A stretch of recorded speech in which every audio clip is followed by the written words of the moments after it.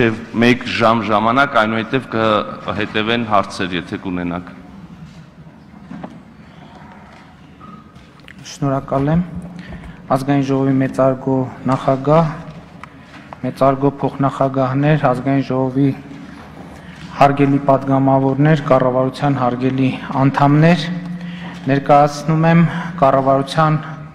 ծրագրի կատարման ընթացքի եւ արդյունքների մասին տարեկան զեկույցը ազգային ժողովի կանոնակարգ օրենքի 127-րդ հոդվածի համաձայն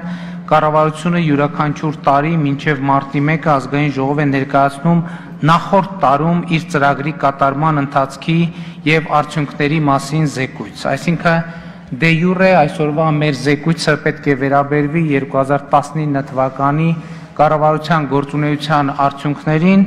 բայց հասկանալի պատճառներով մենք այսօր չենք կարող բավարարվել միայն 19 թվականի արդյունքների քննարկումով, ուստի իմ զեկույցը բաղկացած կլինի 3 մասից, առաջին մասը բուն զեկույցի բովանդակությունը, մեր գործունեությունը 19 թվականի հունվարի 1-ից մինչև կորոնավիրուսի ճգնաժամի մեկնարկը, երկրորդ մասը կնվիրեմ ճգնաժամի կառավարման ընթացքում մեր կայացրած որոշումներին եւ վերջում մեր հետագա անելիքներին։ Եվ այսպես կառավարության ծրագրի կարևորագույն առանցքային դրույթը կամ ամփոփիչ դրույթը, որը ընդունվել է 2019 թվականի մեկնարկին այս դահլիճում, հետևյալն է. առաջիկա 5 տարիներին Հայաստանի Հանրապետության կառավարության գործունեությունը միտված է լինելու Հայաստանի Հանրապետությունում բարձր տեխնոլոգիական, արդյունաբերական, ինչպես նաև բնապահպանական բարձր չափանիշներին համապատասխանող արտահանմանը միտված մրցունակ եւ ներառական տնտեսություն կառուցելուն։ Կառավարության ծրագրի առանցքային դրույթներից է զբաղվածության խթանումը եւ աղքատության կրճատումը։ 2019 թվականը, ինչպես գիտեք, յետհեղափոխական կառավարության գործունեության առաջին լիարժեք տարին էր եւ այդ ամբողջական տարին է, որ պիտի լիարժեք պատկերացում տար մեզ յետհեղափոխական կառավարության եւ քաղաքական մեծամասնության պոտենցիալի մասին եւ ըստ այդմ շատ կարեւոր եմ համարում արձանագրել, որ 2019 թվականին հաջողվել է գրանցել 2008 թվականից ի վեր ամենաբարձր տնտեսական աճի մակարդակը 7.6%, որը ամենաբարձրն է ԵԱՏՄ երկրների, հարևան բոլոր երկրների եւ եվրոպական տարածաշրջանի երկրների համար։ Այսինքն 19 թվականին մենք մեր մեծ տարածաշրջանում գրանցել ենք ամենաբարձր տնտեսական աճը։ 2019 թվականին տնտեսական աճը ուղեկցվել է տնտեսության ճյուղային կառուցվածքի բարելավմամբ, ցածր գնաճով, ֆինանսական կայուն ցուցանիշներով։ Ամենակարևոր արդյունքներից մեկը այն է, որ մշակող արդյունաբերությունում աճը կազմել է 19 թվականին 12%, 2008 թվականից հետո առաջին անգամ ՀՆԱ-ի կառուցվածքում արդյունաբերությունը, խոսքը մշակող արդյունաբերության մասին է եւ ոչ թե, այսինքն հանք արդյունաբերությունը չի մտնում այստեղ։ 2019 թվականին մշակող արդյունաբերությունը դարձել է մեր տնտեսության առաջատար ճյուղը։ 2019 թվականին ամենաբարձր տնտեսական աճը արձանագրվել է կացության եւ հանրային սննդի ծառայության ոլորտում, նախորդ տարվա համեմատ աճելով 27.2%-ով, իսկ 2019 թվականի ընթացքում Հայաստան այցելած զբոսաշրջիկների թիվը աճել է 14.7%-ով։ Հայաստանից ապրանքների եւ ծառայությունների արտահանումը 2019 թվականին աճել է 10.3%-ով։ Արտահանման էական աճ է արձանագրվել կոնյակի 29.4%, մրգային գինիների 70.2%, խաղողի գինու 25.3%, բուսական ծագման արտադրանքի 14.3% ապրանքախմբերով։ Բարձր տեխնոլոգիական արդյունաբերության ոլորտում 2019 թվականին գրանցվել է շրջանառության շուրջ 30% աճ, որը ներառում է համակարգչային ծրագրավորման, ինչպես նաև էլեկտրոնիկայի, միկրոէլեկտրոնիկայի եւ այլ բարձր տեխնոլոգիական ուղղություններ։ Շատ կարևոր եմ համարում արձանագրել, որ աճել է միջին տեխնոլոգիատար ապրանքների արտահանումը 26.9%-ով, իսկ բարձր տեխնոլոգիատար ապրանքների արտահանումը աճել է 13.3%-ով։ Այս ցուցանիշներով ես ցանկացա ցույց տալ, որ կառավարության ծրագրի այն դրույթը, որ Հայաստանը պետք է դառնա բարձր տեխնոլոգիական, արդյունաբերական երկիր, արտահանմանը միտված տնտեսություն ունեցող այս ցուցանիշներով մենք կոնկրետ ապահովել ենք մեր ընթացքը դեպի այդ ուղղություն։ 2019 թվականի հունվար-սեպտեմբեր ամիսներին օտարերկրյա ներդրումների ներհոսքը կազմել է 2.2 միլիարդ դոլար, ինչը նախորդ տարվա նույն ժամանակահատվածի համեմատ ավել է 465 միլիոն դոլարով կամ 27.2%-ով, իսկ 2017 թվականի համեմատ 635 միլիոն դոլարով կամ 41.3%-ով։ 2018-19 թվականների ընթացքում կառավարությանը հաջողվել է պետական բյուջեի հարկային եկամուտների հայտարարագրման ցուցանիշը ավելացնել 505 միլիարդ դրամով, սա հարգելի գործընկերներ, ավելի քան 1 միլիարդ դոլար է եւ բյուջեի ցուցանիշները այս առումով աճել են 43.6%-ով եւ ուզում եմ սա ընդգծել մինչ հեղափոխական շրջանում իմ արած այն հայտարարությամբ, որ պետական բյուջեի եկամուտները 1-2 տարվա ընթացքում պետք է աճեն 30-35%-ով։ Ըստ էության 1.5 տարվա ընթացքում կամ մի տարի 8 ամսվա ընթացքում մեզ հաջողվել է պետական բյուջեի եկամուտները ավելացնել 43.6%-ով։ Եվ այս միջոցները օգտագործվել են հետևյալ կերպ. 199.1 միլիարդ դրամ նվազեցվել է հարկ վճարողների հանդեպ նախկինում ունեցած պարտավորություններ։ Եվ դե ֆակտո մենք այսօր լուծել ենք տասնամյակներով Հայաստանում քննարկման առարկա դարձած գերավճարների հարցը։ Երբ որ հարկային տեսությունը զանգում էր, ասում էր, գիտեք ինչ, ձեր պարտավորությունը հարկային 100 դրամ է, բայց քանի որ մենք հարկ հավաքելու խնդիր ունենք, պետքա 150 դրամ փոխանցենք։ Այսինքն 199 միլիարդ դրամ պարտք մենք վերադարձրել ենք բիզնեսին։ Ընդ որում, այս 199 միլիարդից 40 միլիարդը այն պարտքն է, որը նախկինում ավելացված արժեքի հարկի անցումային գերավճարները, դրանք այն պարտքերն են, որոնք 2017 թվին ընդունված հարկային օրենսգրքի փոփոխություններով ըստ էության դասակարգվել են որպես երրորդ սորտի պարտք, այսինքն այդտեղ կար ակնարկ, որ ընդհանրապես պետությունը գիծ է քաշում եւ այս պարտքից հրաժարվում է ըստ էության, բայց մենք հաշվի առնելով նաեւ բյուջեի եկամուտների գերակատարումը համարեցինք, որ դա շատ լավ խթան կլինի տնտեսական ակտիվացման եւ որոշեցինք այդ պարտքը վերադարձնել։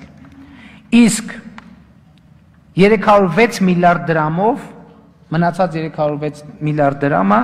ավելացել է պետական բյուջեի հարկային եկամուտներում, ինչը օգտագործվել է կոնկրետ նպատակների համար, ես հետագայում կասեմ, եւ կապիտալ ներդրումներ, եւ աշխատավարձերի բարձրացումներ, եւ թոշակների բարձրացումներ, եւ նպաստների բարձրացումներ։ 2019 թվականին հարկեր հնա հարաբերության ցուցանիշը կազմել է 22.3%, նախորդ տարվա 20.95%-ի համեմատ, այսինքն 2019 թվականի ընթացքում մենք 1.38%-ով հարկեր հնա ցուցանիշը ավելացրել ենք, սա չափազանց շոշափելի ցուցանիշ է եւ համարժեք է 90.7 միլիարդ դրամ լրացուցիչ հարկային եկամուտներին։ Եվ շատ կարևոր է արձանագրել, որ 2019 թվականի արդյունքներով առաջին 1000 խոշոր հարկ վճարողների վճարած հարկերի ծավալը նախորդ տարվա համեմատ ավելացել է 13%-ով, իսկ 2017 թվականի համեմատ 31%-ով։ Սա ինչի եմ հատուկ ընդգծում ցույց տալու համար, որ այս հարկային եկամուտները, ինչպես էլի շատ երկար տարիներ ընդունված էր ասել կամ բողոքել, ոչ թե փոքր եւ միջին, այսպես ասած, անտեր բիզնեսներից են հավաքվել, այլ մեծամասամբ այս ցուցանիշները ապահովել են խոշոր հարկատուների շնորհիվ կամ միջոցով։ 2018 թվականի մայիսից մինչև 2019 թվականի վերջ հավելյալ Հայաստանի Հանրապետությունում ի հայտ է եկել, այսինքն ստվերից դուրս է եկել կամ ստեղծվել է ավելի քան 87,000 աշխատատեղ։ 2019 թվականի երրորդ եռամսյակի դրությամբ Հայաստանում գործազրկության մակարդակը նախորդ տարվա նույն ժամանակահատվածի համեմատ նվազել է 2,1%-ային կետով, իսկ զբաղվածության մակարդակը աճել է 2,5%-ային կետով։ Սա ասում եմ ի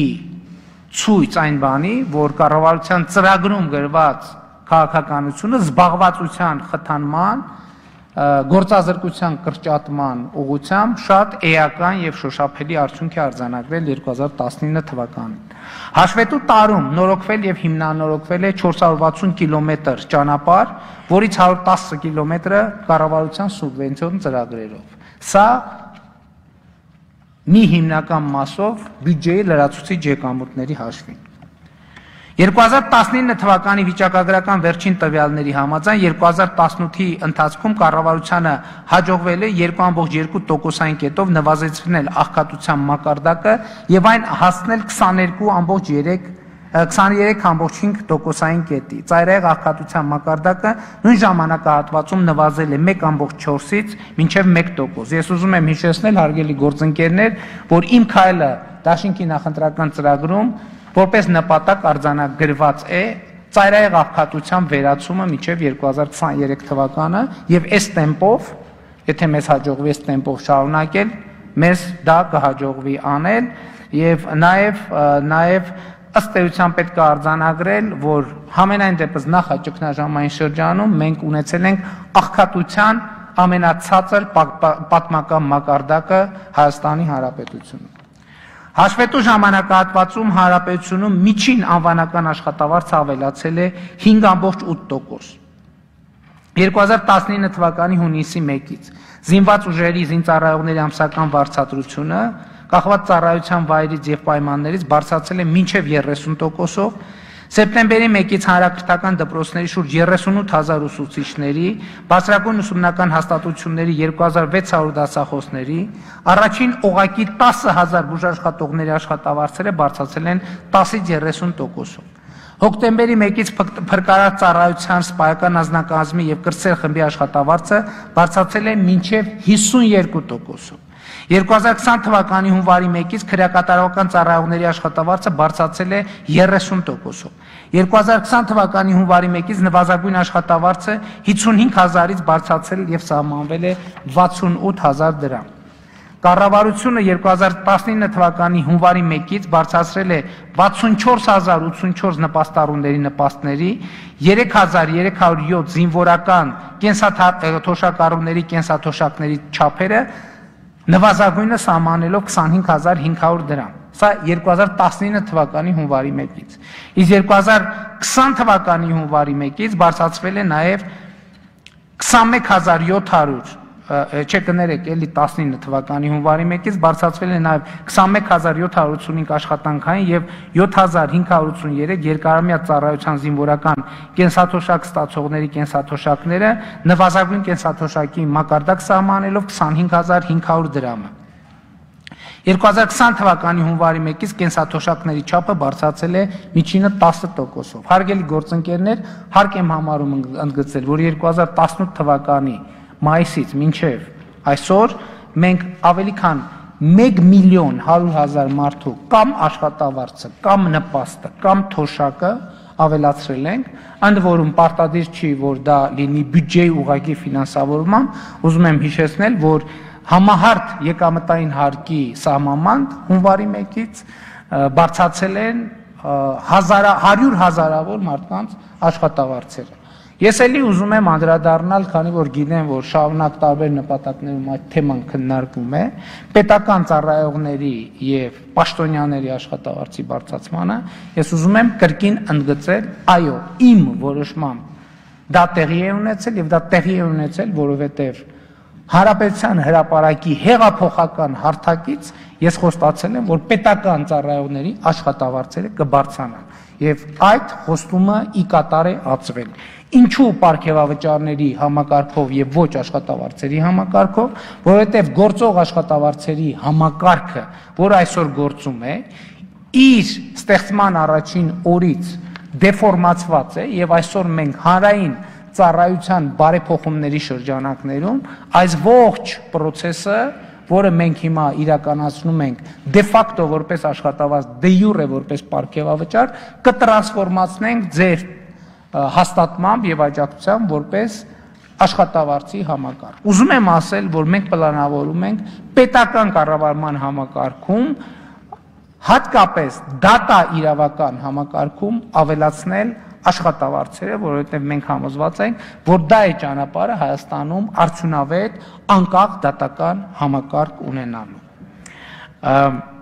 Այսքանը աշխատավարձերի մասով։ Հիմա 2019 թվականի ընթացքում Հայաստանի Հանրապետության միջազգային պահուստները աճել են 26.1%-ով կամ շուրջ 590 միլիոն ԱՄՆ դոլարով, տարեվերջին հասնելով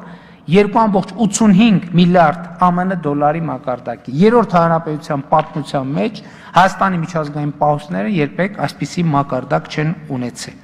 Բանկային համակարգի ակտիվները տարեսկզբից աճել են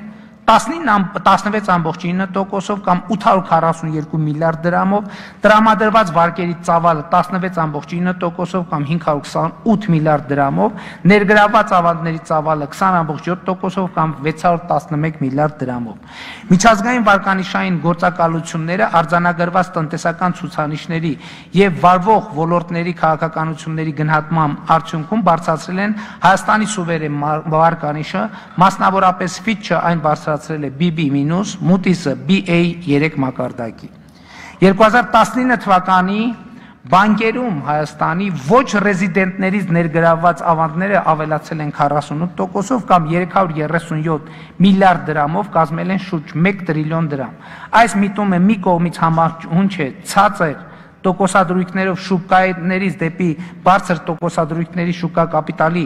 հոսքի համաշխարհային պրակտիկայից, իսկ մյուս կողմից վերահաստատում է Հայաստանի տնտեսության, այդ թվում ֆինանսական համակարգի նկատմամբ օտարերկրյա տնտեսվարողների մոտ վստահության ամրապնդումը։ Շատ կարևոր է արձանագրել, որ 19 թվականի արդյունքներով առևտրային բանկերի կողմից տրամադրված վարկերի մեջ ժամկետանց վարկերի կշիռը նախորդ տարվա ընթացքում նվազել է դեկտեմբերին կազմելով ռեկորդային ցածր 0.85%։ Ինչի մասին է խոսում այս ցուցանիշը։ Այս ցուցանիշը խոսում է այն մասին, որ դեկտեմբերի դրությամբ Հայաստանի Հանրապետության քաղաքացիների վարկունակությունը, այսինքն իրենց վերցրած վարկերի սպասարկման կարողությունը եղել է աննախադեպ բարձր։ Այսինքն նախկինում երբեք այսպիսի ցածր տոկոս պրոբլեմատիկ վարկերի ժամկետած վարկերի չենք ունեցել։ Ուզում եմ նաև ընդգծել մեր, քանի որ կար բնապահպանական կոմպոնենտ մեր ծրագրի այսպես ամփոփիչ հատվածում, ուզում եմ ընդգծել, որ հաշվետու ժամանակաշրջանում դադարեցվել է թվով 4 մետաղական հանքերի շահագործման իրավունքը, հանքերից 3-ը եղել են ոսկու, իսկ 1-ը պղնձի հանքավայր։ 2019 թվականի ընթացքում տնկվել է 500,000 ծառ Հայաստանի Հանրապետությունում։ Իհարկե գիտեք, որ մենք այս տարի 10 միլիոն ծառի պլան ունենք, որովհետև դա մենք պլանավորում ենք որպես համահայկական ակցիա, բայց ճգնաժամը իր ուղումներն է մցրել եւ մենք այդ ակցիան կիրականացնենք այլ տրամաբանությամբ։ 2019 թվականին Սևանից ջրառը նվազագույնն է վերջին 10 տարիների համար, այսինքն վերջին 10 տարում երբեք Սևանից ավելի քիչ ջուր չի վերցվել, քան 2019 թվականին։ Եվ ընդ որում օրենքով նախատեսված 170 միլիոն խորանարդ մետր ջրից 26 միլիոն 140 հազար խորանարդ մետր պակաս է բաց թողնվել։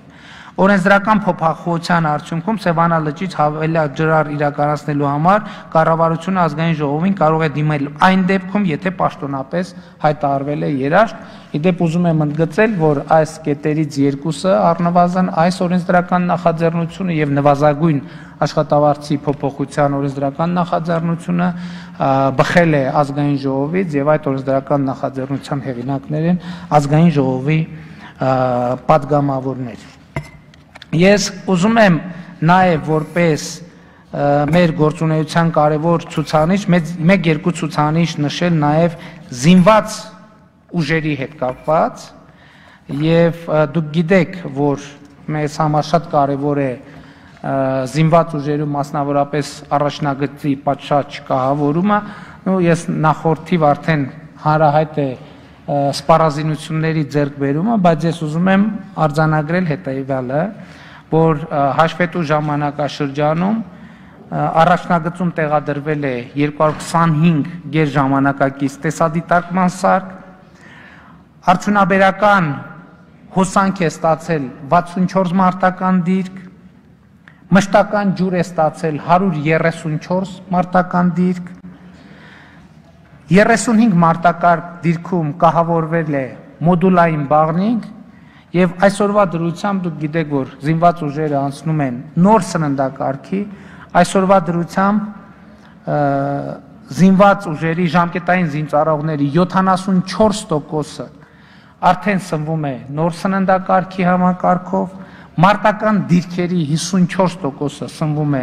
նոր սննդակարգով, առաջիկայում ամսի 8-ին նախատեսված է եւս մի բավական շոշափելի փուլ եւ մեր գնահատմամբ արդեն ամսի 8-ից զինված ուժերի ժամկետային զինծառայողների նոր սննդակարգով սնվող զինվորների թիվը կհասնի մոտավորապես 90%-ի, այսինքն այս process-ը նույնպես շատ լավ է ընթանում։ Ես ուզում եմ արձանագրել, որ 2019 թվականի բարձր տնտեսական ցուցանիշները նոր տեմպով եւ նոր ձևով արձանագրվեցին 2020 թվականի հունվար-փետրվար ամիսներին։ Հունվար-փետրվար ամիսներին տնտեսական ակտիվության ցուցանիշը մենք ունեցել ենք 8.7%, արդյունաբերության 15.3% աճ ենք ունեցել, շինարարության աճ 5.8%, առևտրի աճ 6.3%, ծառայությունների աճ 11.2%։ Եվ ուզում եմ ընդգծել, որ այս պայմաններում, քանի որ հետո ճգնաժամի մասին խոսելու ենք, սպառողական գների ինդեքսը եղել է 99.9%, այսինքն նախորդ տարվա առաջին երկու ամիսների համեմատ այս տարվա առաջին երկու ամիսներին մենք ունեցել ենք գների անկում։ Իհարկե տնտեսագետները սա միշտ չի որ լավ են համարում, հիմնականում վատ են համարում, բայց սպառողական քաղաքացիների կենսամակարդակի առումով սա շատ կարևոր ցուցանիշ է։ Միջին ամսական աշխատավարձերը աճել են հունվար-փետրվարին 10.4%-ով, արտահանումը աճել է 8.8%-ով։ Եվ կրկին ուզում եմ ընդգծել, որ 1000 խոշոր հարկատուների կողմից այս տարվա առաջին եռամսյակում պետական բյուջե վճարված հարկերի ընդհանուր մեծությունը 2020 թվականի հունվար-մարտ ամիսների համեմատ ավելացել է 11.3%-ով, իսկ 2018-ի համեմատությամբ 37.4%-ով։ Եվ ուզում եմ ընդգծել, որ ըստ էության գիտեք, որ մարտի 1-ից Հայաստանում արձանագրվեց առաջին կորոնավիրուսի դեպքը եւ մարտի 13-ից մենք մի լիարժեք մտանք ճգնաժամային փուլ իր բոլոր պարամետրերով եւ չնայած սրան 2020 թվականի բյուջեի եկամտային մասի առաջին եռամսյակի հարկային եկամուտները գերակատարվել են 8.9 միլիարդ դրամով։ Բայց ուզում եմ ասել, որ 2020 թվականի հունվարի վերջին պետական եկամուտների կոմիտեի նախագահը ինձ զեկուցել է, որ մենք եռամսյակի արդյունքներով սպասում ենք մոտավորապես 20 միլիարդ դրամի գերակատարում, բայց ճգնաժամի առաջին հարվածից մենք կարողացանք այդ գերակատարումը միայն կեսից պակաս չափով իրականացնել, բայց այնուամենայնիվ 8.9 միլիարդ դրամով գերակատարվել է ցուցանիշը։ Եվ այսպես մարտին սկսվեց մեր կորոնավիրուսային ճգնաժամը։ Եվ գիտեք, կառավարությունը նախաձեռնեց արտակարգ դրություն եւ հիմա ես ուզում եմ խոսել այն մասին, թե ինչպես մենք կառավարեցինք ճգնաժամը, ինչպես ենք կառավարում, ինչ արդյունքներ ունենք ճգնաժամի կառավարման, ունենք արդյոք արդյունքներ, թե չունենք եւ ինչ ենք պատրաստվում անել հետագայում։ Առաջին գործողությունները, արտակարգ դրություն սահմանափակումներ եւ ընդհանրապես հակաճգնաժամային մեր առաջին գործողությունը եղել է նպատակը եղել է Հայաստանում խոճապ թույլ չտալը, որովհետեւ մենք աշխարհի բազմաթիվ երկրներում տեսնում ենք, որ կորոնավիրուսի դեպքերին զուգընթաց մենք տեսնում ենք խոճապային երևույթներ։ Երկրորդ ամենակարևոր խնդիրը, որ մենք մեր առաջ դնել ենք, ապահովել, որպեսզի առողջապահական համակարգը կարողանա սպասարկել կորոնավիրուսով հիվանդ անձանց, այսինքն բոլոր այն մարդիկ, ովքեր ունեն բուժօգնության կարիք, ստանան այդ բուժօգնությունը։ Ինչու է նման հարց ծագում։ Որտեղ մենք տեսնում ենք, որ եվրոպական բազմաթիվ երկրներում հիվանդանոցային կարողությունները չէին հերիքում եւ մարդիկ ուղղակի վերակենդանացման բաժանմունքների ենթակա մարդիկ ուղղակի հոսպիտալացված էին զբոսայգիներում ծառերի տակ եւ այդպես շարունակ։ Այս նպատակով մենք սահմանափակումների շրջանում 300 համաճարակային հիվանդանոցային տեղերը առնվազն հնգապատկել ենք դարձնելով 1500 մահճակալ, եւս 150 մահճակալ առաջիկա օրերին շահագործման կհանձնվի։ Բացի սրանից 600 հյուրանոցային հիվանդանոցային տեղ ենք նախապատրաստել ասիմպտոմ դեպքերի համար, այսինքն դուք գիտեք, որ մեր դեպքերի առնվազն կեսը, նույնիսկ կեսից ավելին, մարդիկ են, ովքեր կրում են կորոնավիրուս, բայց նրանք ոչ մի սիմպտոմ չունեն, ջերմություն չունեն, չեն հազում, չեն փռշտում, թոքաբորբ չունեն, բայց նրանք վարակակիր են եւ նրանց նկատմամբ մեր քաղաքականությունը ոչ թե այն է, որ մենք նրանց բուժենք, այլ մենք ապահովենք, որպեսզի նրանք ինչ որտեղ մեկուսանան, որպեսզի ուրիշներին չվարակեն։ 2300 հյուրանոցային տեղ ենք պատրաստել մեկուսացնելու համար, կոնտակտավոր մարդկանց։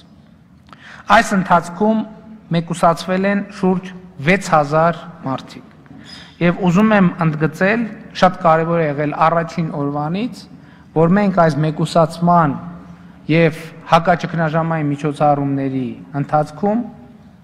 մեր քաղաքացիներից որևէ մեկի արժանապատվությունը նսեմացնող, որևէ վերաբերմունք եւ որևէ գործողություն չանեն։ Եվ ուրախ եմ արձանագրել, որ Հայաստանի Հանրապետությունում կարանտինի պայմանները ընդհուպ հայտնվել են տարածաշրջանային եւ միջազգային մամուլի ուշադրության կենտրոնում որպես օրինակելի ցուցանիշ, թե ինչպես պետք է այդ թվում ճգնաժամային ժամանակաշրջանում պետությունը վարվի իր քաղաքացիների հետ։ Այս ընթացքում, հարգելի գործընկերներ, մենք իրականացրել ենք արդեն իսկ 16 հակաճգնաժամային միջոցառում։ Եվ ուզում եմ ընդգծել, որ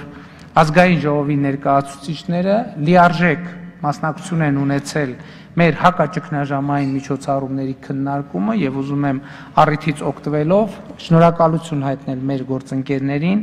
արդյունավետ համագործակցության համար եւ ընդգծենք, որ 16 հակաճգնաժամային միջոցառումների արդյունքում մենք հասցրել ենք արդեն իսկ կոնկրետ աջակցություն ցուցաբերել շուրջ 21000 տնտեսվարողի, նրանց հատկացնելով արտոնյալ վարկեր եւ ավելի քան 1 միլիոն մարդ, ավելի քան 1 միլիոն ֆիզիկական անձ կառավարությունից ստացել է ուղիղ աջակցություն։ Եթե հիշում եք, ճգնաժամային առաջին օրերից այս դահլիճում շատ ինտենսիվ քննարկվում էր եւ կար առաջարկներ, որ կառավարությունը վարկային որոշմամբ բանկային համակարգին պարտադրի տալ վարկային արձակուրդներ եւ ես իմ սկզբունքային դիրքորոշումը հայտնել եմ, որ վարչական որոշմամբ այդպիսի լուծումների չի կարելի գնալ, որովհետեւ դա կբերի մեր ֆինանսական համակարգի կայունության էական խաթարմամբ եւ մենք այս թեմայով առանց որևէ վարչական լծակի մշտապես հաղորդակցության մեջ են եղել կենտրոնական բանկի հետ, որը հաղորդակցություն է ապահովել նաև առևտրային բանկերի հետ եւ ուրախ եմ արձանագրել, որ մայիսի 5-ի դրությամբ վարկային կազմակերպությունները եւ բանկերը վարկային արձակուրդ են տվել ավելի քան 472,000 ֆիզիկական անձանց եւ 15,000 իրավաբանական անձանց։ Վերակառուցվել է 768,150 վարկ ֆիզիկական անձանց եւ 16,875 վարկ իրավաբանական անձանց։ Եվ հիմա ես գիտեմ, որ վերջին շրջանում, նաև հանրության շրջանում, նաև ազգային ժողովում, քաղաքական շրջանակներում քննարկվում է եւ իրոք շատ կարեւոր է արձանագրել մեր 16 հակաճգնաժամային միջոցառումները ինչ արդյունք են տվել եւ ունենք արդյունք ու մենք չափելի արդյունք, որտեղ մեր մտավախությունը ինչ էր հենց առաջին օրերից, որ այս ամեն ինչի արդյունքում մենք երկրում կունենանք սոցիալական կոլապս եւ հումանիտար ճգնաժամ։ Ընդ որում ես ուզում եմ արձանագրել որպես կառավարության գործունեության արդյունք, եթե հետաքրքրի ես մեր որոշումների կապը ասվողի հետ հարցոպատասխանի ժամանակ կարող եմ ներկայացնել, շատ կարևոր եմ համարում հետեւյալը, որ մենք ֆինանսական շուկան նախ շատ արագ կայունացավ, դուք տեսաք, որ դրամի փոխարժեքի որոշակի անկայունության միտումներ սկսվեցին մարտի երկրորդ կեսին, բայց շատ արագ ոչ միայն վերադարձավ, այլև կենտրոնական բանկը այս ճգնաժամային շրջանում շուրջ 90 միլիոն դոլարի գնում է իրականացրել շուկայից։ Եվ մեր ֆինանսական համակարգը եւս մեկ անգամ ապացուցեց իր կայունությունը։ Հաջորդը, ի տարբերություն շատ այդ թվում զարգացած երկրների, մենք չունեցանք շուկայական կոլապս, այսինքն մեր ցուցափեղկերը չդատարկվեցին եւ մենք չունեցանք մի իրավիճակ, երբ որ մարդիկ չկարողանան խանութներից գնել իրենց անհրաժեշտ ապրանքները։ Շատ կարևոր եմ համարում անդրադառնալ գնաճին, որը նույնպես որոշակի անկայունության միտումներ ցուցաբերելով մեզ հաջողվեց շատ էֆեկտիվ թույլ տվեք ասել կառավարել գնաճը եւ մենք այսօր շուկայում այո ունենք ապրանքներ, որոնք թանկացել են, խոսքը հիմնականում վերաբերվում է նպարեղենի, մենք ունենք ապրանքներ, որոնք էժանացել են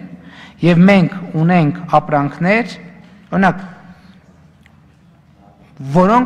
որոնց գինը չի փոխվի, այսինքն եւ ունենք թանկացած, եւ ունենք էժանացած, եւ ունենք ապրանքներ, որոնց գինը չի փոխվել։ Բայց ընդհանուր առմամբ ես ուզում եմ ասել, որ շուկայում գնաճի առումով մենք ունենք լիարժեք հավասարակշռված վիճակ։ Սա չի նշանակում, որ ոչ մի բան չի թանկացել։ Սա նշանակում է, որ թանկացումները եւ էժանացումները եկել իրար հավասարակշռել են։ Ես բերեմ ձեզ օրինակ պարարտանյութի օրինակը։ Պարարտանյութի շուկայում մենք ունենք որոշակի գնաճային էֆեկտներ, որը գիտեք պարարտանյութը գյուղատնտեսության համար չափազանց կարևոր է։ Բայց մյուս կողմից մենք ունենք դիզելային վառելիքի գնի աննախադեպ աճ, այսօր Հայաստանի Հանրապետությունում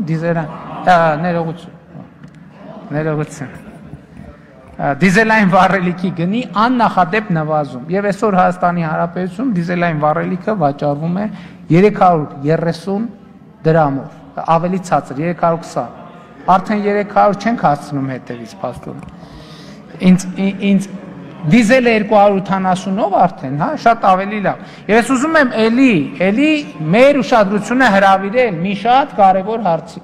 Երբ որ երկար տարիներ մենք կանգնում ենք հետևյալ խնդրի առաջ, եւ երբ որ միջազգային շուկաներում լինում էր գնաճ, մեր շուկան կայծակնային արագությամբ այդ գնաճին արձագանքում էր։ Երբ լինում էր գնանկում, դե այսօր, վաղը, մյուս օրը տեսնենք մյուս շաբաթ ինչ կլինի, այսօր մենք ունենք հակառակ երևույթը։ 2019 թվականին ես շատ կարևոր եմ համարում արձանագրել, որ ի հեճուկս համաշխարհային սննդամթերքի համաշխարհային գների բարձրացման Հայաստանի Հանրապետությունում հոկտեմբերի դրությամբ արձանագրվել է սննդամթերքի գների անկում, եւ դա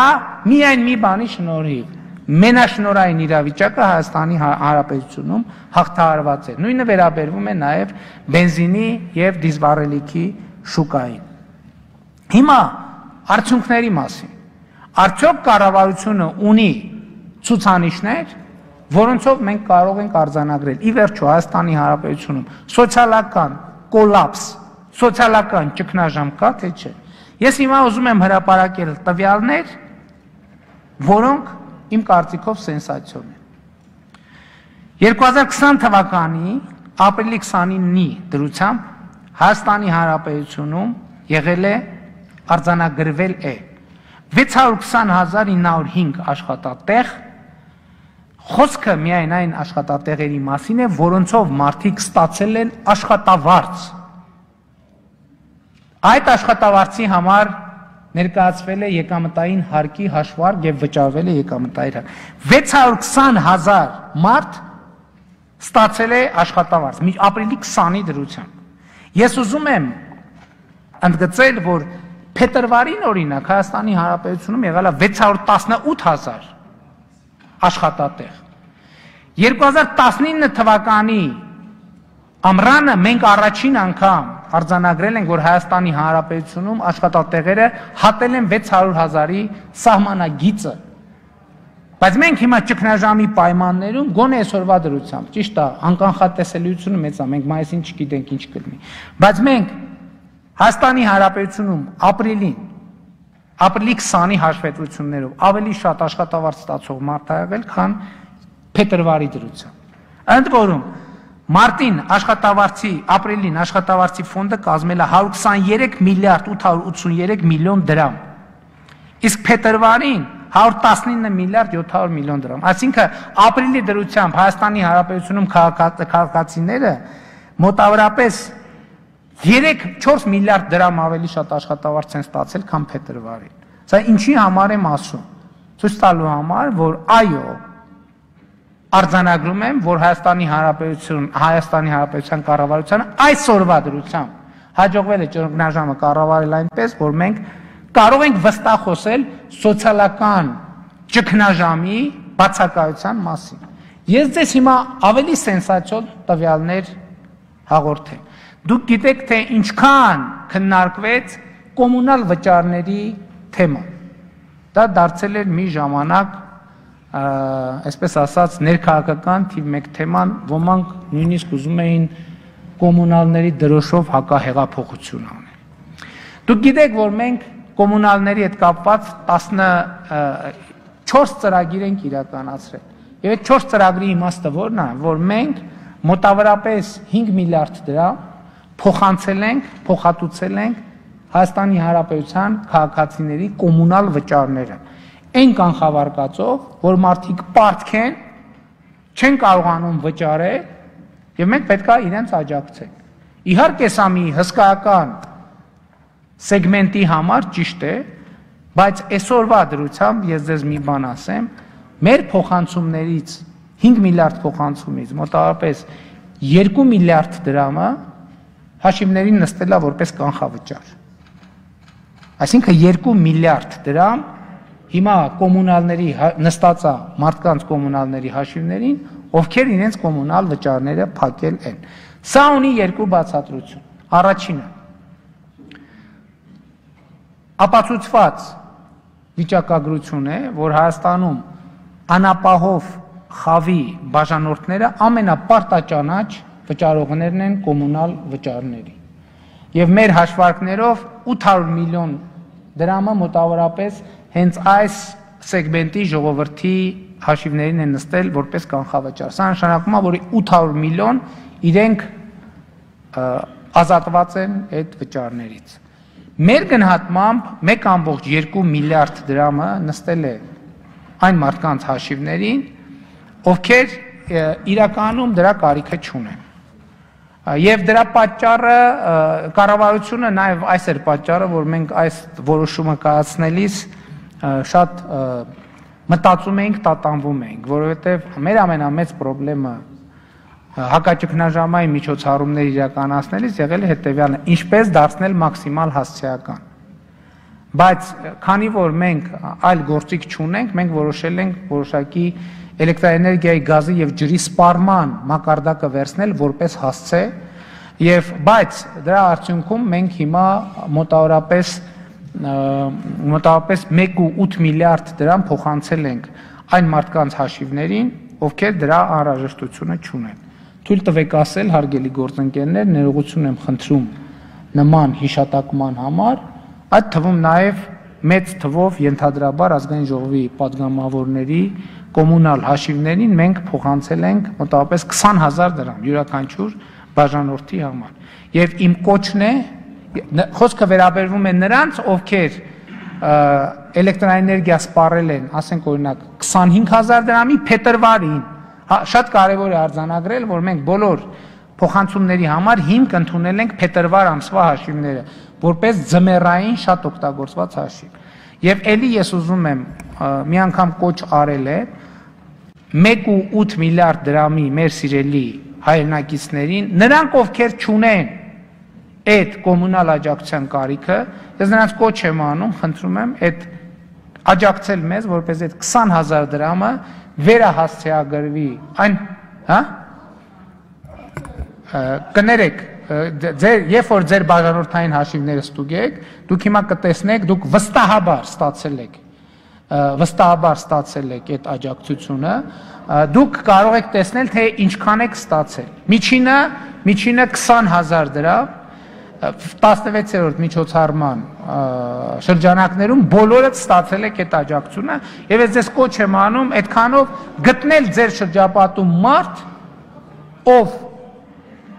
որոշակի կարիք ունի եւ այդքանի մասով այդ մարդկանց աջակցել ուղղակի։ Այսինքն շնորհակալ եմ նրանց, ովքեր արդեն այդ որոշումը կայացրել են, այսինքն դրանով դուք մեզ կօգնեք, որպեսզի կառավարության աջակցությունը, որը դա ելի եմ ուզում, դա ոչ մեկի գրպանից չենք ուզում գումար։ Մենք խնդրում ենք, որ մեզ ուղարկած գումարը վերահասցեագրեք, ճիշտ հասցեմ, եթե դրա կարիքը չունեք, դուք եք գնահատում, եթե դրա կարիքը ունեք, մենք ուրախ ենք նաև, որ աջակցելու հնարավորություն ենք ունեցել։ Հարգելի գործընկերներ, պատիվ ունեմ արձանագրել, որ Հայաստանի Հանրապետության կառավարությունը կարողացել է այդ թվում ազգային ժողովի օգնությամբ կորոնավիրուսային սոցիալ-տնտեսական ճգնաժամը պահել կառավարելիության շրջանակում, սա չի նշանակում, որ Հայաստանի Հանրապետության քաղաքացիները, բոլոր քաղաքացիները շարունակում են ապրել նույն կերպ, ինչպես ապրել են հունվարին կամ փետրվարին։ Սա նշանակում է, որ մենք բարեբախտաբար եւ ի հեճուկս բազմաթիվ ահազանգերի չունենք սոցիալական կոլապս եւ ճգնաժամ։ Բայց շատ ավելի կարեւոր է ապագայի մասին խոսակցությունը, որովհետեւ թյուր է կարծիքը, թե ճգնաժամը անցել է կամ անցնում է, ճգնաժամը նոր սկսում է եւ մենք արձանագրում ենք, որ առաջիկա առնվազն 1 տարվա ընթացքում, մինչեւ մյուս տարվա մայիս, մենք ունենալու ենք կորոնավիրուսային ճգնաժամ։ Եվ բացի այդ ես ուզում եմ նշել կառավարության եւս մի իմ կարծիքով շատ կարեւոր եւ բացառիկ ցուցանիշ Հայաստանի Հանրապետության կառավարության, արտերկրյա գործընկերների, հարևան երկրների, սփյուռքի հայկական կառույցների եւ անհատ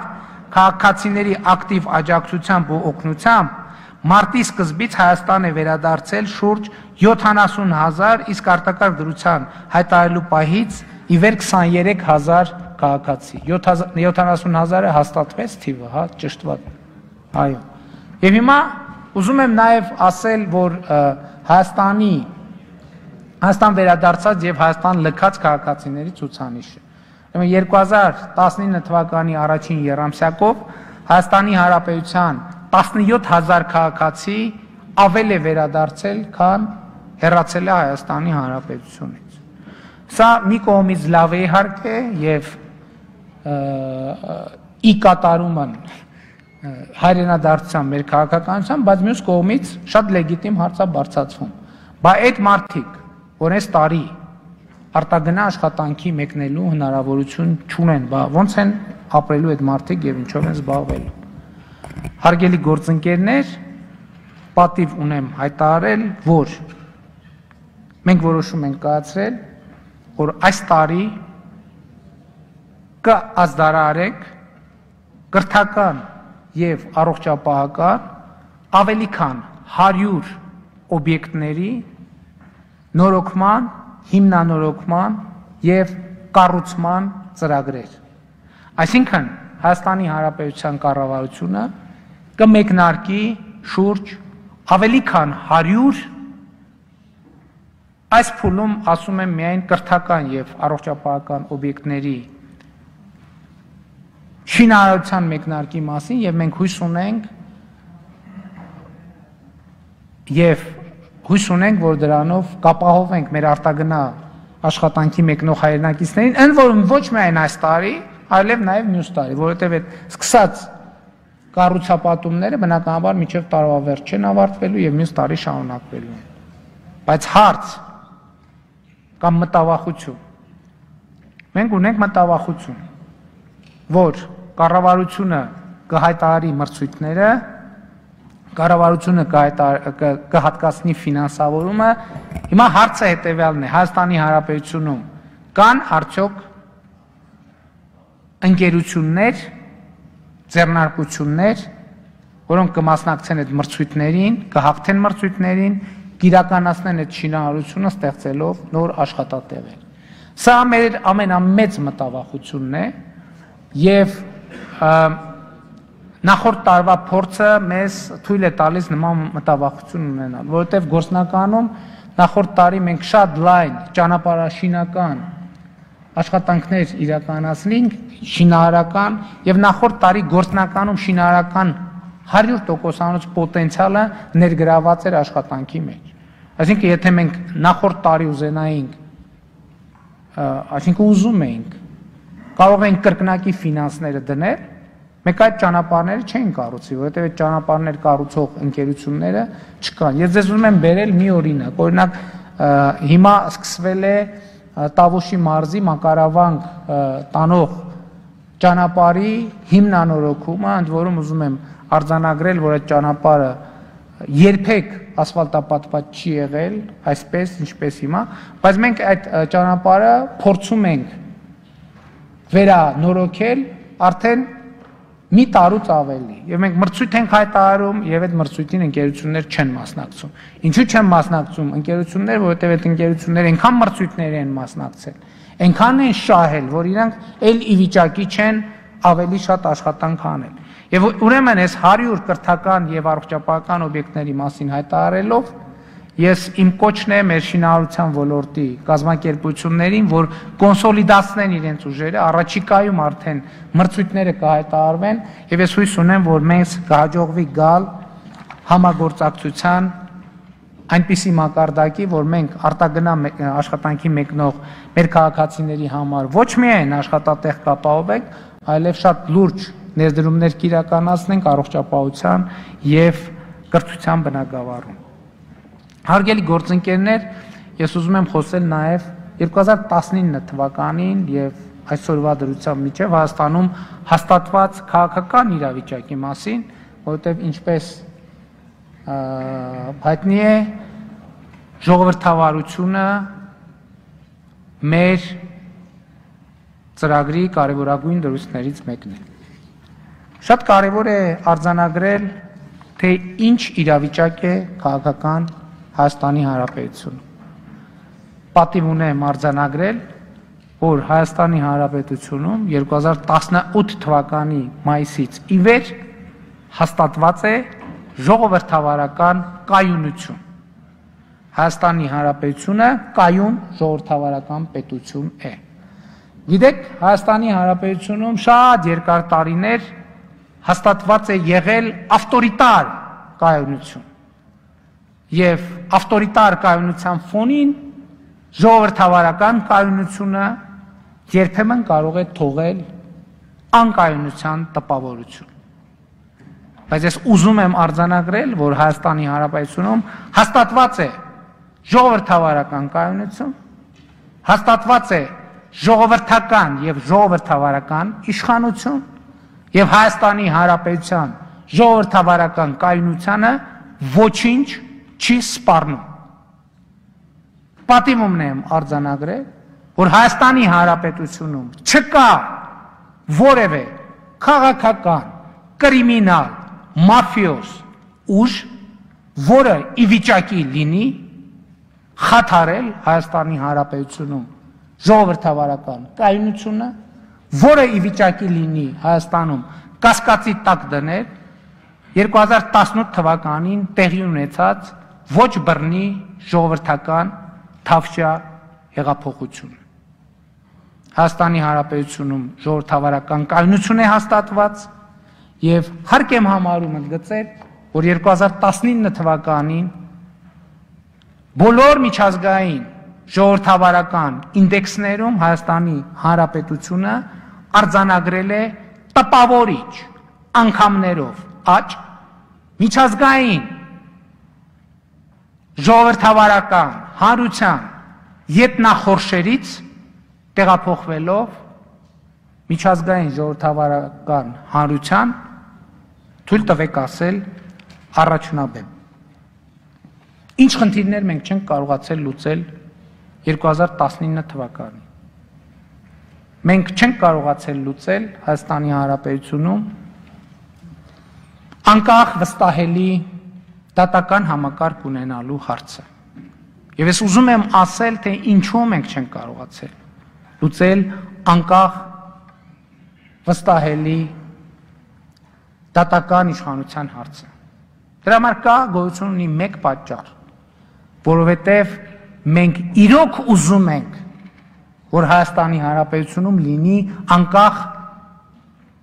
օրինական վստահելի դատական համակարգ։ Ես ուզում եմ սա շատ հստակ լինի բոլորիս համար։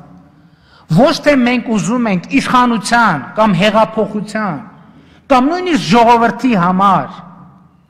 վերահսկելի անկախ դատական համակարգ, այլ մենք իսկապես ուզում ենք, որ Հայաստանում լինի անկախ դատական համակարգ։ Եվ սա սրա համար, որովհետև եթե մենք ուզենանք ունենալ կառավարելի դատական համակարգ, հին խամաճիկային դատական համակարգի փոխարեն նոր խամաճիկային դատական համակարգ, մենք դա վաղուց լուծած կլինեինք, ընդ որում դրա համար 1-2 զանգը կամ նույնիսկ զանգի բացակայությունը բավարար կլիներ, բայց մեր քաղաքական կամքն է, որ Հայաստանի Հանրապետությունում ժողովրդավարությունը այլընտրանք չունի, ժողովրդավարությունից հետընթաց չի կարող լինել, ժողովրդավարությունը միայն պիտի առաջընթաց ապրի։ Բայց նաև ուզում եմ արձանագրել, որ անկախ դատական համակարգը այսօր մեր տնտեսական եւ քաղաքական հետագա զարգացման կարևորագույն գրավականն է եւ մենք այստեղ պետք է հետեւականորեն առաջ անցնենք։ Որն է եղել 2019 թվականի մեր ամենամեծ ձախողումը։ Մեր ամենամեծ ձախողումը 2019 թվականի եւ մինչեւ օրս շարունակվող Հայաստանի Հանրապետության ժողովրդից գողացված փողերի վերադարձի գործընթացն է եղել։ Եվ ես պետք է խոստովանեմ, որ այո, մենք այդտեղ ունենք անհաջողություն։ Այդ անհաջողությունը ունի եւ օբյեկտիվ եւ սուբյեկտիվ պատճառներ։ Չնայած զուտ վիճակագրորեն ես ասել եմ դրա մասին, օրինակ հատուկ քննչական ծառայությունը 2019 թվականին պետական բյուջե վերադարձրել 7 անգամ ավելի շատ գումար, քան իր գոյության ողջ պատմության ընթացքում։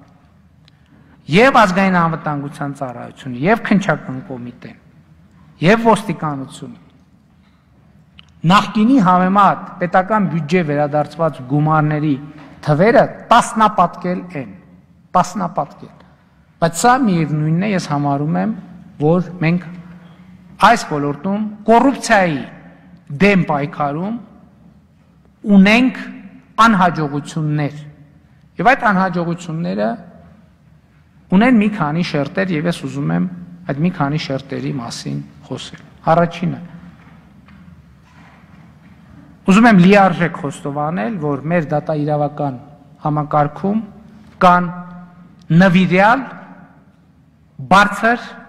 պրոֆեսիոնալներ։ Եվ այն, ինչ որ մենք ունենք, թեկուզ այն արդյունքը, եւ այն նախադրյալները, որոնք մենք ունենք այդ բարձր պրոֆեսիոնալների շուրջօրյա աշխատանքի շնորհիվ։ Եվ ես նախկինում երբեք չեմ ասել, որովհետև գիտեք ինչու չեմ ասել, ուզել եմ համոզված լինել նոր ասել, չեմ ուզեցել դեկլարատիվ եւ քաղաքական հայտարարություն անել, բայց ես ասում եմ, որ այսօր, հենց այսօր Հայաստանի դատական համակարգում, իրավապահ համակարգում կան բարձր պրոֆեսիոնալ նվիրյալներ, որոնք ոչ թե լոյալ կամ ոչ լոյալ են որևէ կառավարության կամ որևէ իշխանության նկատմամբ, նրանք նվիրված են իրենց աշխատանքին։ Ես հիմա չեմ ասի նույնիսկ իրենք ինչ տոկոս են կազմում ընդհանուր ֆոնը չփչացնելու համար, բայց մեր դատաիրավական եւ իրավապահ համակարգում կան կոռուպցիոն համակարգի նվիրյալներ եւ կան դավաճաններ։ Եվ դա մեզ համար լրջագույն խնդիր է։ Մեր դատաիրավական համակարգում կան անգրագետներ, որոնք հոգով մաքուր են, պայմանականորեն։ Մտքով, հա, իրականում այո։ Հիմա շատ լեգիտիմ հարց կլինի, բայց 2 տարի է, ինչով էիք զբաղված։ Զբաղված էինք հետևյալով, երբեք չենք ուզեցել եւ հիմա էլ չենք ուզում թացը չորին խառնել։ Եվ ես էլի ուզում եմ հիշել աստվածաշնչյան հայտնի պատմությունը, որը վերջին 10 տարիների ընթացքում մի քանի անգամ վկայակոչել եմ իմ քաղաքական գործունեության ընթացքում։ Սոդոմի եւ Գոմորի կործանման պատմությունը եւ այս համատեքստում Աբրահամի եւ Աստծո երկխոսությունը։ Ներողություն, չէ։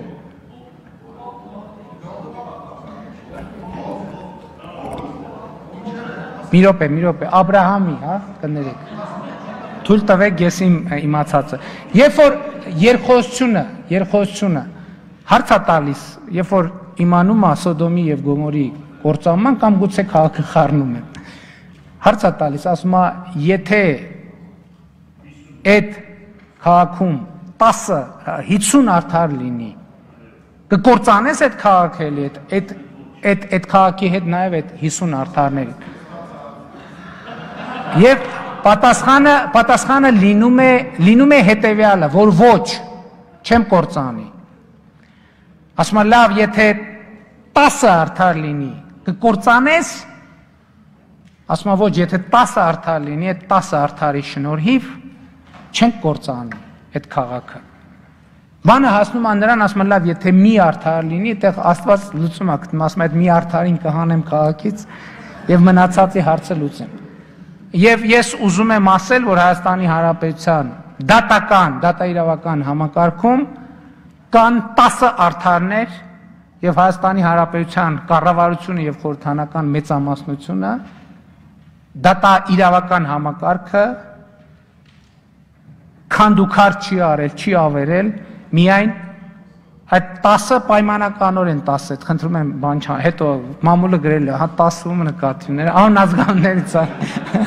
ցանկնահարաբար։ Այդ 10 պայմանականորեն 10 կամ 50 արդարների շնորհիվ, եւ ես ուզում եմ այս ամբիոնից այդ 50 արդարներին շնորհակալություն հայտնել Հայաստանի Հանրապետության կառավարության եւ ժողովրդի անունից, եւ ուզում եմ ասել հետեւյալը. Չնայած կոնկրետ արդյունքներ չկան,